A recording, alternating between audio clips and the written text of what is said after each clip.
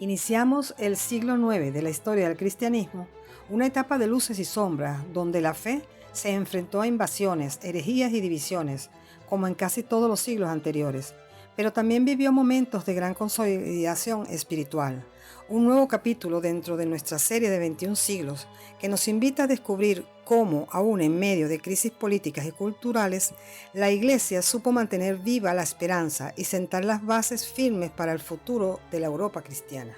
El siglo IX marca una etapa de transición en la cristiandad.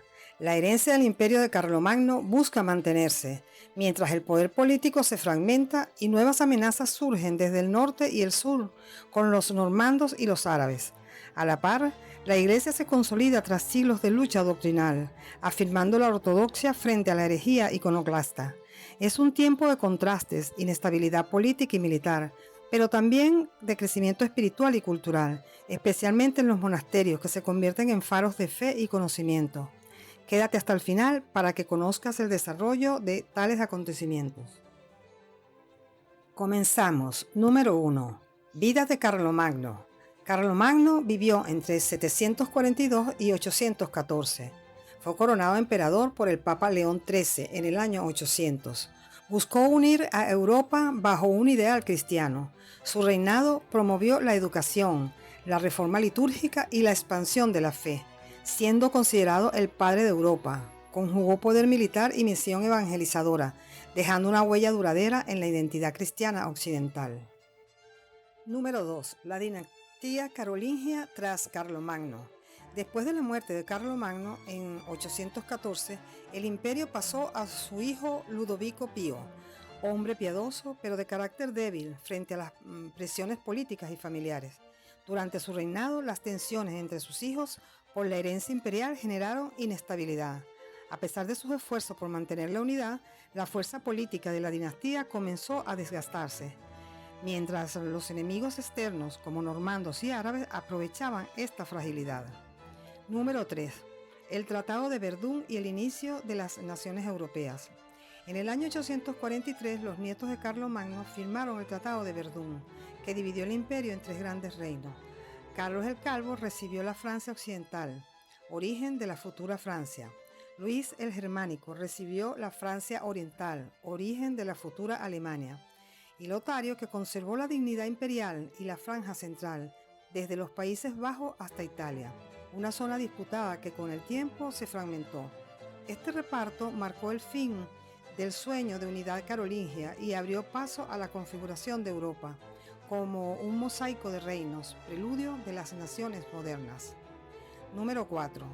Ataque de los normandos a Irlanda. Reto de San Patricio. Aunque San Patricio había evangelizado Irlanda en el siglo V, su obra afrontó una dura prueba con las invasiones normandas en el siglo IX. Los monasterios irlandeses, centros de cultura y espiritualidad, fueron atacados y saqueados. Sin embargo, la fe resistió y los monjes continuaron preservando el cristianismo y la tradición patrística, manteniendo viva la misión de San Patricio frente a la adversidad. Número 5. La isla de Creta tomada por los árabes. En el 824, los árabes conquistaron Creta, convirtiéndola en una base naval para atacar el mar Egeo. Desde allí hostigaron a Bizancio durante más de un siglo. Esta pérdida supuso un duro golpe para el imperio bizantino, debilitando su control en el Mediterráneo oriental y aumentando la amenaza islámica contra la cristiandad. Número 6. Extensión e influencia de los normandos en los países nórdicos. Los normandos, también conocidos como vikingos, expandieron su poder en Escandinavia, Inglaterra y parte de Europa occidental. Aunque inicialmente sembraron terror con sus incursiones, pronto comenzaron a asentarse, integrándose en la vida política y social. Su contacto con los pueblos cristianos abrió el camino a su posterior conversión, influyendo en la cristianización de los reinos nórdicos. Número 7. Fin de la querella de la herejía iconoclasta y triunfo de la ortodoxia cristiana. Tras décadas de conflictos en el Imperio bizantino, el Segundo Concilio de Nicea en 787 había defendido la veneración de las imágenes, pero la disputa se prolongó hasta mediados del siglo IX. Con la regencia de la emperatriz Teodora en 843, se restableció definitivamente el culto a los íconos, celebrándose el triunfo de la ortodoxia, una victoria espiritual que reafirmó la fe en la encarnación de Cristo y la legitimidad del arte sagrado. Número 8. Los árabes dejan sus huellas en la cultura occidental. Más allá de los conflictos militares, la presencia árabe en Europa dejó una huella profunda en la ciencia, la medicina, la arquitectura y la filosofía. En la península ibérica, bajo Al-Ándalus, florecieron centros de saber como Córdoba y Toledo, que más adelante serían puentes para transmitir a Occidente cristiano los conocimientos clásicos griegos y orientales. Así, incluso en medio de la confrontación, se produjo un intercambio cultural que marcó el desarrollo intelectual europeo. Número 9. Crecimiento de los monasterios en Europa, la vida contemplativa. Durante el siglo IX, los monasterios se multiplicaron y se consolidaron como centros de vida espiritual, educativa y agrícola. Inspirados en la regla benedictina, ofrecieron un espacio de oración, silencio y trabajo, preservando la fe en medio de la inestabilidad política. Además, fueron guardianes de la cultura, copiaron manuscritos, formaron clérigos y dieron estabilidad a las comunidades rurales. La vida monástica se convirtió en una de las columnas del cristianismo medieval. Número 10. Aumento de las embarcaciones por razones comerciales, más que por la guerra en el Mediterráneo. Aunque las luchas navales con árabes y normandos marcaron el siglo, poco a poco las embarcaciones comenzaron a usarse, también con fines comerciales.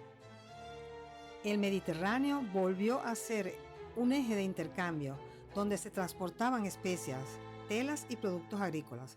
Este resurgir del comercio marítimo anticipó un cambio importante, la reactivación económica de Europa y el contacto más estrecho entre Occidente y Oriente, tanto en lo material como en lo cultural. Número 11. Papas de la época. El siglo IX vio un considerable número de papas, 20 en total. Algunos de ellos gobernaron durante poco tiempo. Entre ellos se destacan León IV, de quien se comenta que en su época surgió la leyenda de la papisa, Esteban V, o cuarto o quinto, Formoso, Pascual I, Eugenio II, Valentín, Gregorio IV, Sergio II, León IV, Benedicto III, Nicolás I, Adriano II, Marino I, Juan VIII, Adriano III, Bonifacio VI, Esteban V o VI, Esteban VI o VII, Romano II, Teodoro II, Juan IX.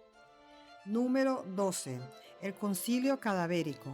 Un episodio oscuro en este tiempo fue el concilio cadavérico, convocado por el Papa Esteban VI, a veces citado como Esteban VII.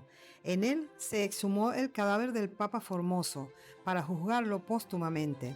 Este suceso grotesco mostró la degradación política y moral que afectaba a la sede romana en ese tiempo, pero también motivó reformas posteriores para fortalecer la dignidad y autoridad del papado. Número 13. San Cirilo y San Metodio y las misiones entre los eslavos. Conocidos como los apóstoles de los eslavos, Cirilo y Metodio llevaron la fe cristiana a Moravia en la segunda mitad del siglo IX. Crearon el alfabeto glagolítico, en base del cirílico, para traducir la Biblia y la liturgia a la lengua eslava, permitiendo que los pueblos recibieran el Evangelio en su propio idioma. Su labor evangelizadora consolidó el cristianismo en Europa del Este y marcó profundamente la identidad espiritual de los pueblos eslavos. Número 14. Los eslavos en Europa. Los pueblos eslavos se expandieron desde el este hacia el centro de Europa, ocupando vastos territorios. Este movimiento generó nuevos reinos y tensiones con germanos y bizantinos. La cristianización de los eslavos no fue solo un hecho religioso, sino también cultural y político, pues los integró en la gran familia de naciones cristianas que conformarían la época medieval. Número 15. La conversión al cristianismo del zar Boris de Bulgaria. En el año 864, el zar Boris I de Bulgaria se convirtió al cristianismo y con él gran parte de su pueblo. Este hecho fortaleció la influencia cultural y religiosa de Bizancio en los Balcanes, aunque también abrió tensiones con Roma y con la jurisdicción eclesiástica.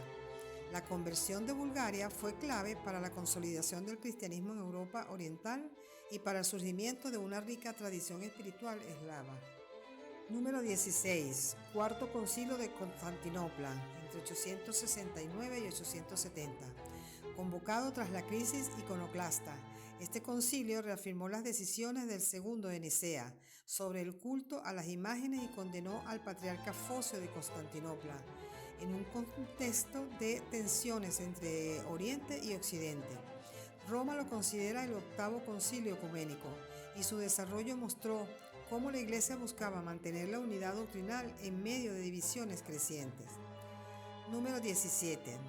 Alfredo el Grande, rey de Wessex. Alfredo, entre 849 y 899, defendió a su reino en Wessex frente a los ataques de los vikingos, logrando consolidar un poder fuerte en Inglaterra. Además de guerrero, fue un rey sabio que promovió la educación, tradujo textos al anglosajón y fortaleció el cristianismo en su reino. Su figura es recordada como ejemplo de monarca cristiano que combinó la espada y la sabiduría para guiar a su pueblo. Número 18. Oleg, príncipe de Rusia, conquista Kiev. A finales del siglo IX, Oleg de Novgorod tomó la ciudad de Kiev en 882 y la convirtió en la capital de su principado.